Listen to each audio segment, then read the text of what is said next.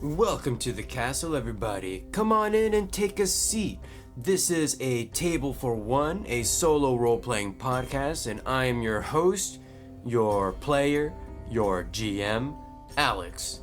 This is gonna serve as an interlude to the prelude that we just finished in the last episode. And in this interlude, I want to address a couple of things, mainly this new character that we're going to be introducing into the campaign alongside Rorik. Spoilers if you haven't seen the finale yet, but at the end, Rorik came to the realization that he had to save his sister, and that's what he was going to do. The actual campaign is going to take place some months after those events, after he actually goes into the rescue, and we might address that another time as a possible one-shot or a really short flashback sort of a thing. But the most important thing is that Rorik and his sister Jaina are going to be together in this new campaign. And so, with that being said, I would like to go ahead and introduce Jaina, Rorik's sister. Now, in one of the previous episodes, we had a little bit of a flashback where Rorik witnessed his sister being taken by some mages for training and things like that, because in my world it's pretty much like Dragon Age, where there's a governing body of mages, a council if you will, that will go around to assess children who possess magical abilities, and that is what's happened to Rorik's sister. They've come and they've taken her away to one of their mages towers, and they started to train her along with others. And that was the last that he had ever seen of her until they came to her rescue. And so Jaina's story is gonna be, for the most part, a mystery for now, and there are some very specific reasons towards that. The number one reason is that communication between Jaina and Rorik is going to be somewhat limited, because the concept that I had in mind was that Jaina's gonna have some sort of a disability going forward. She's not going to be able to talk, and the reasons for that are going to be unknown for now. But there's more to Jaina than just that. I've actually gone ahead and rolled up her stats, and oh boy, I kind of wish I had actually filmed this one on camera, because the stats that I've rolled for Jaina are actually really crazy good, like way better than Rorik's. Like Rorik's got strength of 13, a con of 12, agility 11, intelligence 10, and 9 will and 10 charisma. So Jaina's stats, as I had rolled them, are as follow: 11, 13, 14, 14, 15, and 15. So we have two 15s and two 14s. And I had rolled really high at the very beginning, I remember, and it was just absolutely insane. And I was like, man, mage school must be really tough if you have stats like that. That's what I'm saying, and I'm gonna stick to it. So Jaina is actually going to be a mage. She's going to be an elementalist mage specifically. So she's gonna be able to cast fireball and things like that. Now, since she is unable to speak, that means we're gonna have to be very selective with which spells we're gonna take. Speaking of communication between Rorik and Jaina will happen. It's just gonna be very limited, and it's going to be mainly sign language. So there is that. They have spent months on the road together to get to this point, which is the Misty Vale region, and they've learned how to communicate with each other, so we don't have to really worry about that. So in addition to Jaina's stats, she does get an agility damage bonus, which is a D4. So Rorik has a D4 in strength-based attacks. Jaina's gonna have a D4 in agility-based attacks. Now, in the actual rules for Dragonbane, and I guess this is also part of the setting, mages cannot touch metal for whatever reason. Like, metal is something that kind of hampers with magic or something along those lines. And so Jaina's not going to be wearing any armor. I mean, she's a typical wizard mage. And so I don't really see her being able to use anything that's melee based. We might be able to get away with, using a bow, but for the most part, she's going to be chucking spells with her fingers. In addition to that, she's got the standard 10 movement. There's nothing outstanding going on there. She has a staff, a grimoire, an orbiculum, 3 food rations, flint and tinder, and torch. Her memento is a letter from mother, and that's kind of what has kept her, or maybe just a letter from her family, from her mother and her father, and that's kind of what has kept her going since she has been initiated into mage school, and so she's kind of held on to that over the years. For abilities and spells, I have decided to give her an extra talent for surviving mage school, or for whatever adventures have happened in between the prequel and this campaign. And that's going to be Soul Survivor, which is from the solo rules. Now, Soul Survivor from the solo rules states that if you are alone, you can push rolls without suffering any conditions.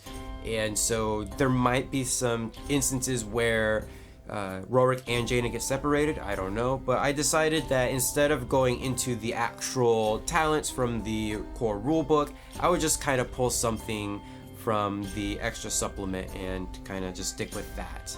Speaking of which, I did give Rorik an extra talent for the whole Alone in Deepfall Breach campaign, in addition to the stat increases that he got throughout that campaign. I kind of felt a little weird taking a talent, so I didn't go with the one that I had originally said I was going to take, which was, I think, shield block or something like that, where you can actually block monster attacks or block melee monster attacks.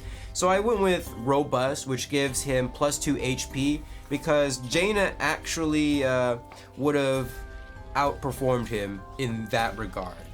Jaina's hit points are at 13 and her willpower points are at 15. So yeah, Mage School really did a number on her. Now, Jaina's skills are gonna be high up there to start with because her stats were high overall.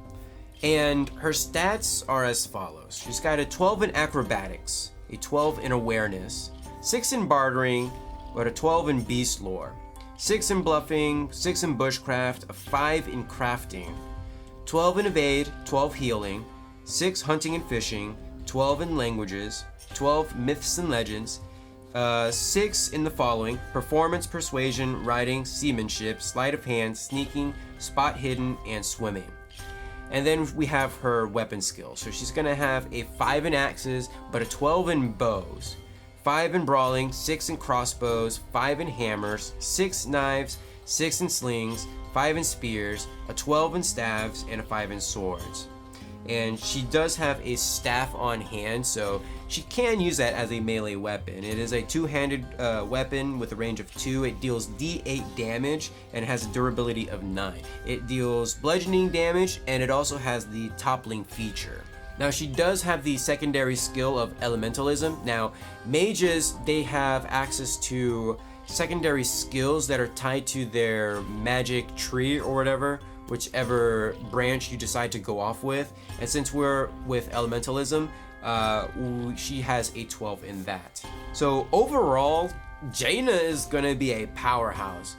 And I think that, well, this was, I decided that she was gonna be mute even before I started rolling these, but I think the fact that she has that disability now is really what's going to make her a little bit more interesting, and not just a, she points at you and you explode type of a deal.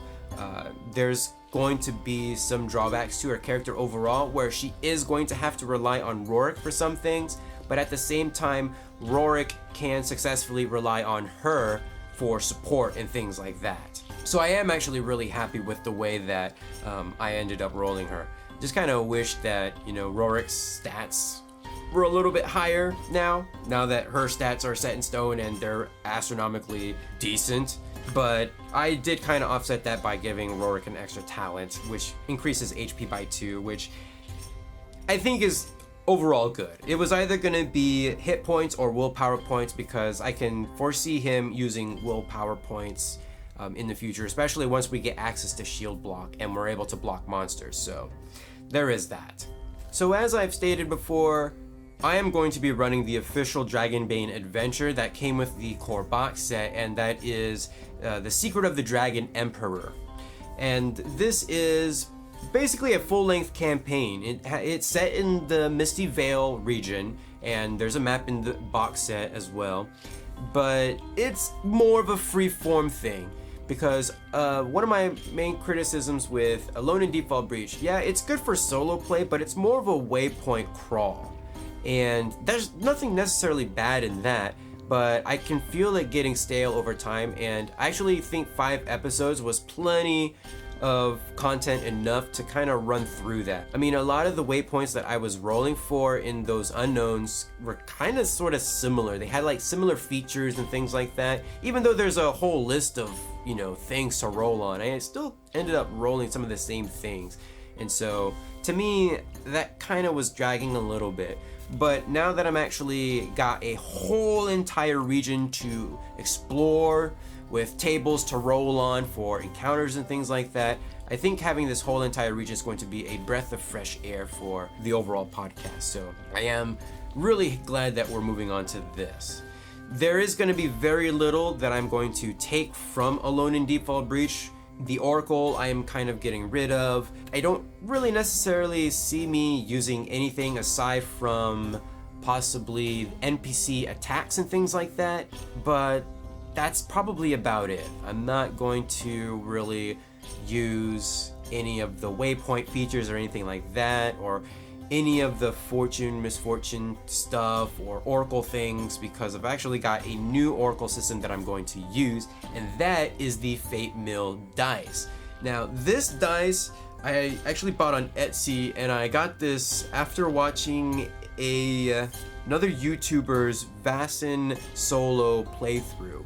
And I was like, oh, this is so perfect. I can actually roll instead of having to draw cards for oracles and things like that, and then having to look at a list to decipher it. This is just a simple roll, D20 that has yes, yes and, yes but, maybe, no, no and, no but, no and things like that. There's like a whole list of different things, and they kind of decipher it here in the little cheat sheet, which I'm very thankful for.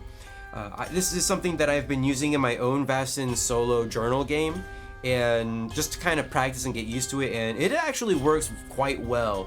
The only thing is you're gonna have to interpret a lot of the answers yourself with the no ands and yes buts, no buts and things like that, but you don't necessarily have to use the ands, buts and things like that.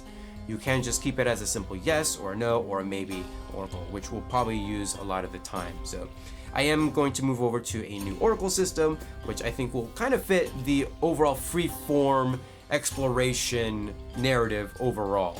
The next addition is going to be the actual full use of the Dragonbane bestiary. I've only used like, I think, one monster out of this one in the Alone in Deepfall Breach campaign, and we ended up one-shotting that monster, and I was like really disappointed. But now that we're going into a full region with lots of different things, this book is going to become even more prevalent, so I will be showcasing a lot of the monsters off from this book and playing with them.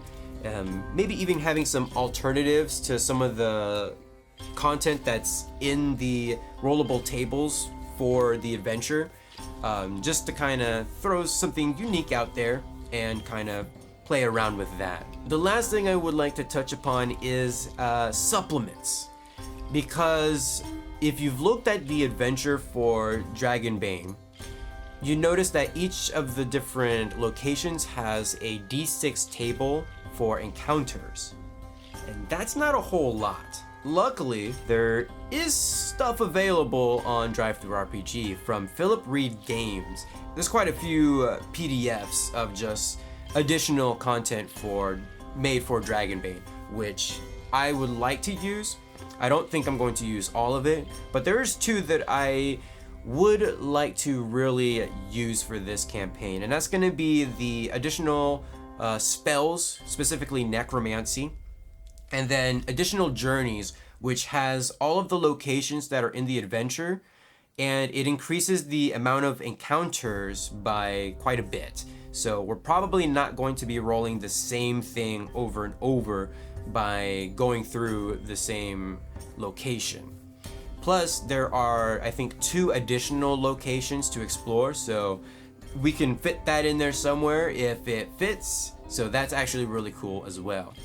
In addition to those 2 supplements, I am considering, but I have not decided yet, on 3 additional ones from Philip Reed Games. And that would be additional threats, additional monster attacks, which takes the monsters from the core rulebook and it increases the amount of attacks that they can do, which I'm not quite sold on just yet because we do have access to the bestiary and they only use the core rulebook monsters, which isn't necessarily a bad thing.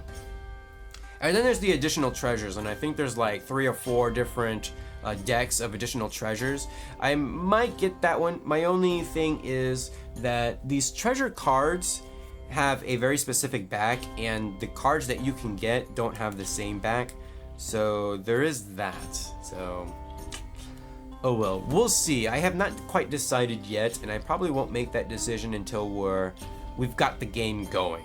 So really that's all that I wanted to talk about in this interlude session for A Table for One. 2 weeks we will start the actual campaign, The Secret of the Dragon Emperor. So thank you so much for listening or watching. Feel free to leave a comment if you're watching on YouTube down below. Give this video or podcast a thumbs up wherever you happen to be watching or listening from. And I will see you guys in the next episode.